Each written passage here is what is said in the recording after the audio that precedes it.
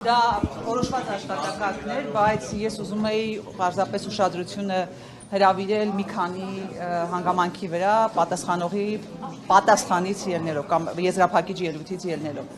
Նախ այնպես ներկայացրեց կենտրոնական ընտրական հանձնաժողովը իրենց կողմից ընտրությունների կազմակերպման եւ անցկացման գործընթացը, որ քիչ է մնում ասես եկեք ամեն օր ընտրություններ կազմակերպեք եւ անցկացրեք, այդքան իդեալական է կազմակերպում։ Սա որպես հումոր, բայց եթե լուրջ խոսենք, ապա կենտրոնական ընտրական հանձնաժողովի ներկայացուցիչները ամեն կերպ փորձեցին շրջանցել մի շատ պարզ հարց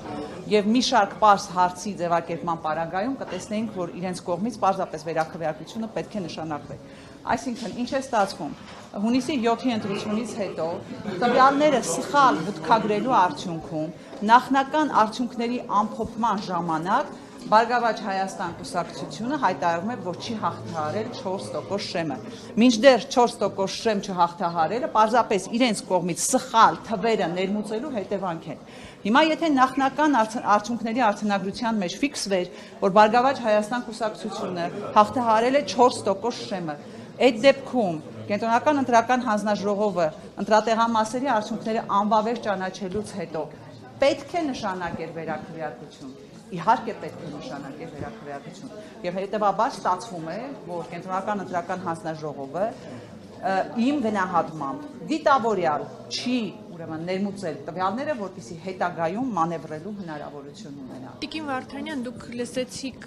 ԿԸՀ ներկայացուցիչներին, մեղադրում են դիմողներին, որ հեղինակազրկվում է կառույցը ձեր դիմումների, բողոքների հիման վրա, ըստ էության նշելով, որ այդ խախտումները զանգվածային բնույթ այդքան էլ չեն կրում, ինչպես որ ներկայացվում է։ Նախ սկսենք նրանից, որ զանգվածային բնույթ չկրելու մասին ուրեմն հիմնավորումները դա պարզապես իրենց ենթադրություններն են եւ հակառակը այս ողջ դատավարության ընթացքում դիմորդները փաստերով ապացուցեցին, որ դրանք կրել են զանգվածային բնույթ։ Ինչ վերաբերում է հեղինակազրկմանը, ապա ես պետք է հատուկ նշեմ, որ կենտրոնական ընտրական հանձնաժողովը լավ կաներ իր գործողություններով հենց չնպաստեր ԿԸՀ-ի հեղինակազրկմանը։ Ասում են մարդկանց հավատն եք կորտրում ընտրական համակարգի եւ ընտրությունների նկատմամբ այն պարագայում, երբ հսկայական թվով մարդիկ մասնակցել են ընտրություններին։ Ես շատ կուզենայի, որ կենտրոնական ընտրական հանձնաժողովը ձայներ եւ մանդատներ գողանալու արդյունքում մեր ժողովրդին չզրկեր ընտրություններին եւ ընտրական գործընթացին հավատալու հնարավորությունից։ Ուզում եմ հավատալ, որ Սահմանադրական դատարանը կվերականգնի մեր հայրենակիցների հավատը ընտրական գործընթացների եւ ընտրության նկատմամբ։ Վահագն Հովակիմյանը նաեւ ասում էր, որ ոնց հաշվարկ կանենք, մեկ է ԲՀԿ-ն այդ անցողիկ շեմը չէր հաղթահարել, բայց 58,000 ձայները ամբողջ խնդիրը կայանում է նրանում, որ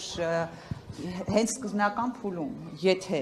տվյալները ճիշտ մուտքագրվեին, Բարգավաճ Հայաստան կուսակցությունը նախնական արդյունքներով հատում էր 4% շեմը։ Եվ այս պարագայում իրենք 101 հոդվածի պահանջները շրջանցելու հնարավորություն չէին ունենալու։ Հիմա Վահագն Հովակիմյանը շատ բան է ասում։ Թվերը բոլորովին այլ բաների մասին են խոսում։ Եվ արդյունքում, եթե ճիշտ բաշխվի մանդատները, ապա մենք կտեսնենք, որ արդյունքները ավելի մոտ կլինեն ժողովրդի կողմից եղած քվեարկության արդյունքներին, քան կենտրոնական ընտրական հանձնաժողովի որոշման արդյունքում բաշխվող մանդատների։